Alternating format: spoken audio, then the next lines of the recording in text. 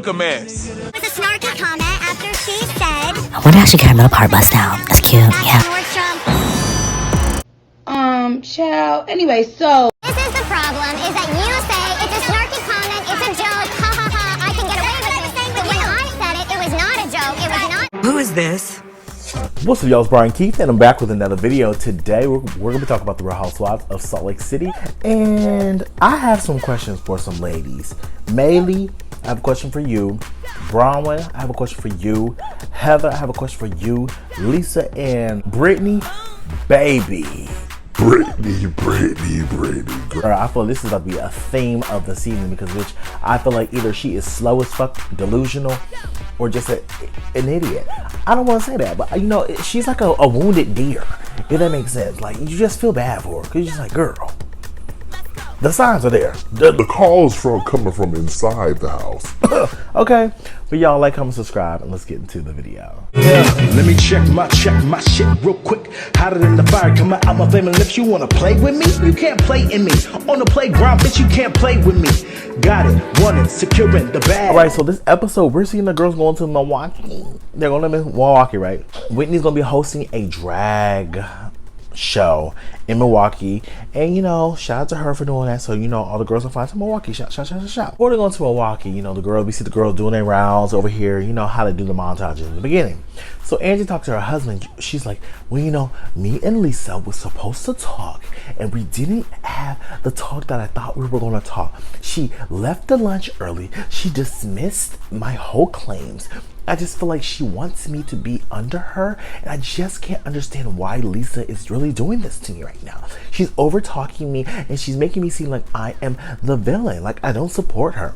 And I can see both sides. I feel like they both do the same thing to each other, but we already know that Lisa is so headstrong that she doesn't want to be wrong, and she wants people to support her so much. But it's like, Lisa, you can't give that same support to the people that really, you say that are your friends. Because my whole thing is, I feel like the more that Angie solidifies herself in the group, the more of a wedge is going to build between her and Lisa, and we see that in the next episode. Right? But she also brings up Britney, like she's new to the group. She's having a lot of relationship problems with her boyfriend. She said boyfriend, we know that he's not her boyfriend, but to each his own. Thing that's kind of weighing on me, Britney, who you haven't met yet, she's got this whole like on again, off again situation with her boyfriend. She's like, my girlfriend, my brow girl. She's the best brow girl in Salt Lake City. And she do her big one. She's like, yes, I got the DMs from her. So her brow girl is talking to Jared. So I'm just looking like, girl. So they're over here. She see the show, the DM. They send in the comments. Oh, fun. And my friend said, I actually am a little bit of a handful. And he said, do tell, with a little tongue out emoji. My whole thing is like, I guess whenever the girls got announced, or you know, they start, you know, getting tested for filming, I don't know how Angie got this information. She said that her brow girl just gave it to her, but I'm like, your brow girl seen the screenshots, she's seen all this. My whole thing is, I feel like Angie was over here doing her, you know, Inspector Gadget, Carmen Sandiego, Dora the Explorer, Blue's Clues. She was doing her investigative journalism and trying to dig up something, trying to find out something. And she found it, right? And she's going to use it, right? She's like, I don't know if I should bring this up to her because I don't think it's my place. And I said, you know what's funny? Because you say that you don't think it's your place, But you bring it up on a TV show. To which is out, right? Girls, they go to Milwaukee. Everything was cute. When they get there, they have a dinner, and they're over here talking about, you know, everybody's enjoying themselves. You know, Mary still don't fuck with Britney, and you know, they're doing a little bit of talking, and we get on Lisa and her son. So Lisa's talking about, well, you know, I'm really emotional right now just because my oldest son is over here in another country, and he over here is having stomach pain, abdominal pain, like they think it's maybe his appendix, might be his spleen. They don't really know. In Colombia for about 8 months, and in the middle of the night, Jack woke up and he had the worst pain in his stomach. And she's like, well, I guess I'm about to go book a flight over here to go get my son. And he told her no, like, you know, I'm an adult, like, I need to do this on his own, and I need to figure this out, so I don't want you to come. And she's like, you know, freaking out. She's like, look, this is my firstborn, like, I don't really know how to take this. So it really is a transition, because sometimes I feel like for a lot of parents, if something happens to your child, you would drop everything for your child. I know, I don't mean to be emotional. It'll be okay. That's so normal. Like, No, but you're normal. yesterday was You're rough. human. Yesterday was rough. So Which, you know, that is great. But sometimes you do have to let your kids make their own decisions and, you know, get themselves out of, you know, that hole. A lot of kids, majority of parents cut the safety net. But there's a lot of kids that are very hyper independent and they cut the safety net for the parents. They're like, look, I'm about to move out. I got to do this on my own. I got to figure it out. And I mean, you know, I feel like in this moment, Lisa's going to be sad about it, but I feel like it's going to make him stronger and make her stronger as well, and make them both independent and separate of each other. So, I mean, I understand it. But Jack said, no, I don't want you coming. I will figure this out by myself. It'll be okay. I know, I don't. Whitney stand up. She's like, hey guys. So, some of us are gonna go to Bobblehead Museum. And Mary started laughing because, you know, Mary always called her bobblehead. She's like, we're gonna go to Bobblehead Museum, and it's gonna be so cute. So we're our biggest Bobblehead Museum. You know, Whitney do a little baby voice. So Heather's like, okay, while they're going to the Bobblehead Museum, we're gonna go gambling. Yeah. So shout out to that. So you see some of the girls go to the Bobblehead Museum. Nothing really crazy happened. However, we do actually see Heather and motherfucking Meredith talk at the casino. So Meredith and they're talking, and Heather's just like, so what's going on between you and Whitney? Whitney told me that you're giving her the cold shoulder. What's going on? And Meredith was like, no, I don't think I'm really giving her the cold shoulder. And Heather was like, well, you know, she thought that, you know, you bring caviar for everybody would be like an olive branch. And Meredith was like, girl, an olive branch would have been an apology. An olive branch would have been her acknowledging that she hurt my feelings. That would have been an olive branch, not me over here spending my money to bring caviar for you bitches. Are you crazy? No. So Meredith, then she's like, you know, at the end of the day, like, I just feel like what I'm gonna do, bring my caviar so she can start another business. To gift caviar to everyone on the trip is extending an olive branch to me. Like, that doesn't really add up.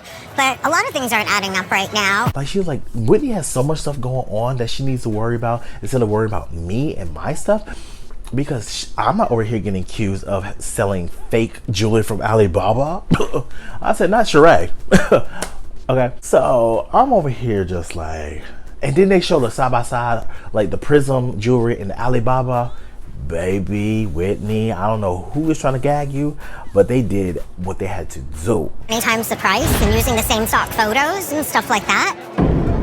Right. So Heather's like, someone's out to assassinate Whitney's character. This is like, you know, retail assassination, girl. This is horrible. This is this is the Scarlet Letter, girl. Right. So Meredith was just like, you know, there's all this stuff going on. And then Heather was like, well, why don't you bring this up to her? And Meredith was just like, why would I bring this up to her? Like, I don't even think I'm the right person to bring this up to her because we're not seeing eye to eye. We don't get along. And then Heather's just like, you know, Meredith was just like, well, you know, I brought this up to think that maybe Heather would spill the beans to her and she bring it up. But she was like, I think it might be better from her. And my whole thing is, I don't think it's going to be better from her because all you girls on this show sprinkle a little bit of sauce on everything y'all tell each other. Alibaba, this is like the kiss of death for retail. Like, the message never comes across the way it's supposed to be intended. So every time y'all say something, it's going to be fucked up. Every time. So we see the girls, they go to the Bucks game, and like, they got, you know, what was it? They got a, box seats, yeah.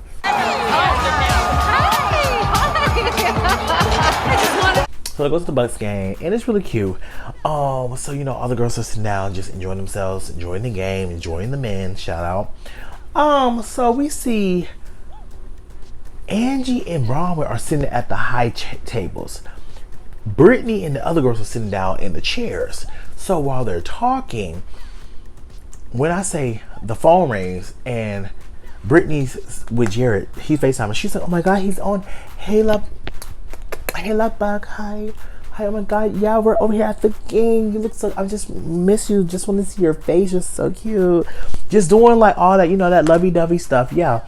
So Angie's looking down at her because, like I said, Angie's on the platform. They're sitting down here. So Angie's looking down like, You see that? She on the phone with him too. Bronwyn, this is crazy. She look like a fucking idiot, this bitch. Like, she don't even know that he over here fucking another bitch. She's obsessed with this guy. Oh, look, they're right there. They're FaceTiming. Hi, Jared. She didn't say it like that, but that's just how I read it. Right? So she's just looking at her like, look at her. And mind you, they talking cash money shit. Not like horrible, but it's just like they're just talking about Britney and her relationship situation. And Britney's sitting right there. And I know Britney can hear. Britney act like she can hear because she's just like, while they're talking, Britney's trying to end the conversation. She's like, bye, I'll talk to you later, baby. Okay, bye. So while Angie's talking and Bronwyn's talking, Britney's just like, were you talking about me? About me? Maybe a little. I see that you love this guy. I'm not sure, woman to woman how to handle this, but... Me? What's going on? Because Angie was like, well, I don't know, I should tell her about the relationship situation. I don't know if I should be the one to tell her. So Bronwyn's like, you just go ahead and tell her, I mean, I would want to know, I would definitely want to know if somebody else is dating my man. Brittany's like, y'all talking about me? So Angie tells her, like, girl, I didn't know, I don't want to be the bearer of bad news, and I don't want to be that person to, do, this. But my brow tech girl, she is like the top brow tech girl in Salt Lake City. She told me that she has been talking to your man for the past 2 weeks.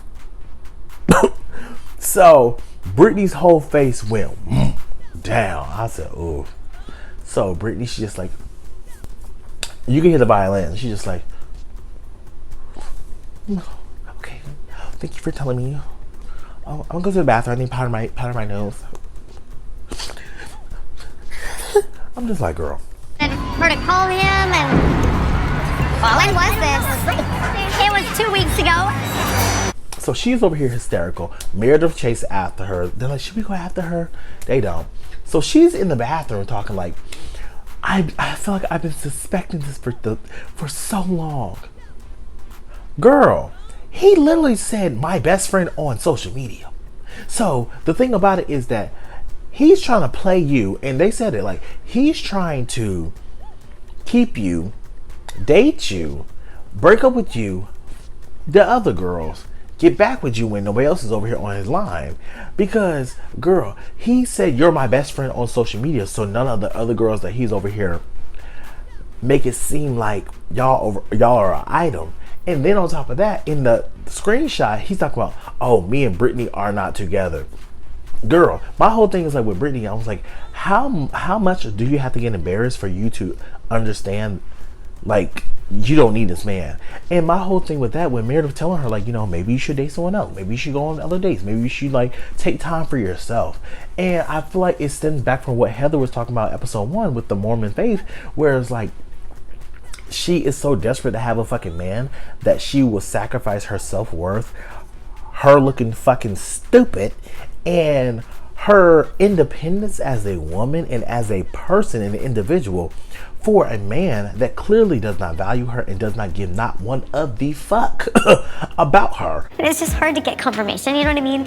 I feel horrible for Britney. It sounds like there's a lot of breakups and reconciliations, and makes her, and I want to say she's over here taking the cake for biggest idiot on the show.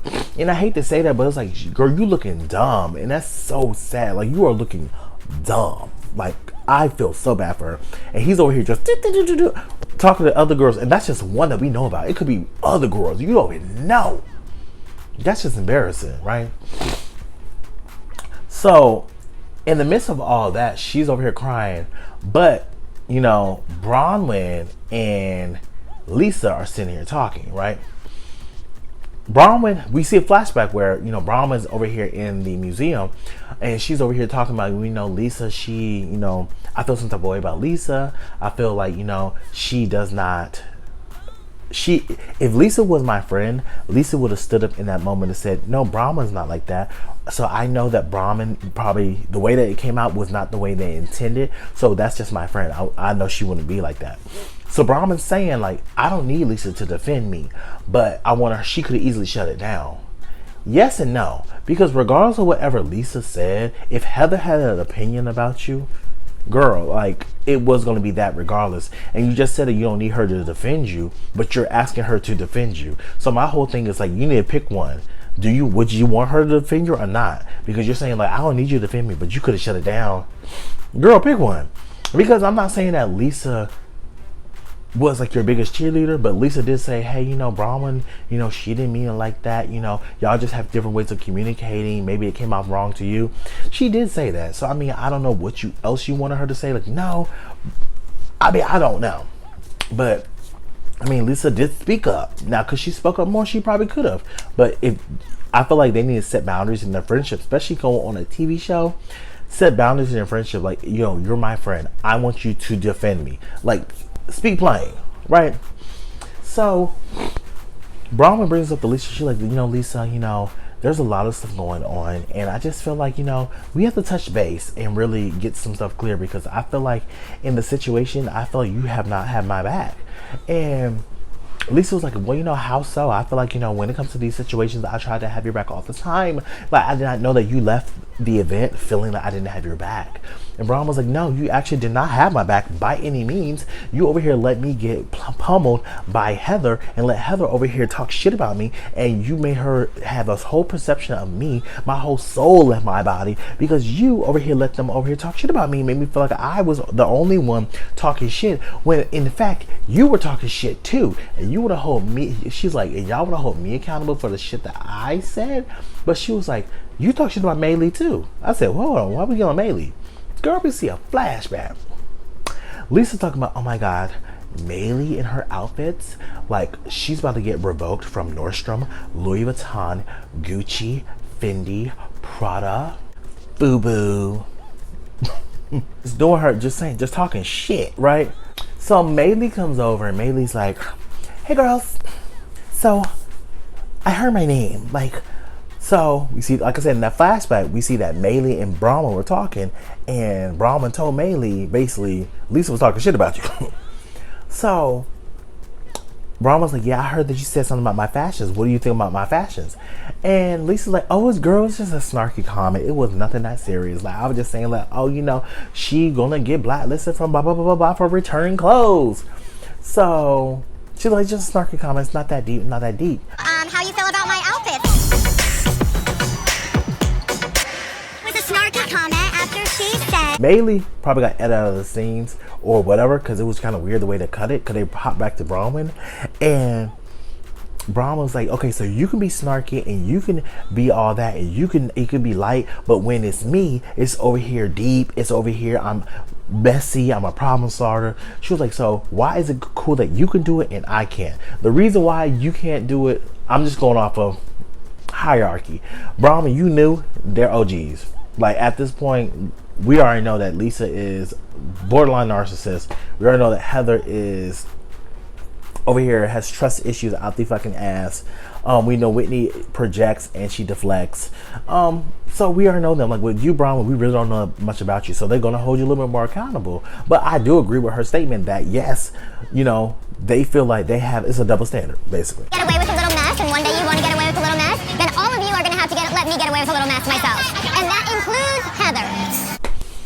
So she was like, okay, y'all were talking shit about Whitney in the car, but when I say anything that I told her, then it's a problem. Whitney went in the confessional, and she made an assessment of Heather about Heather has trust issues, and she's like, well, about all the stuff that happened last year, she can't trust people. And my whole thing with Heather is the fact that you're projecting your fears and all that stuff onto Bronwyn, but it's like, it's not even that deep. So the fact that you went so hard on Bronwyn didn't even make sense. You came at me real hard and real strong. We need to get correct about a couple things about how we're going to have a friendship. Correct. It's like, girl, Heather, you want to sit up here and tell somebody to take accountability?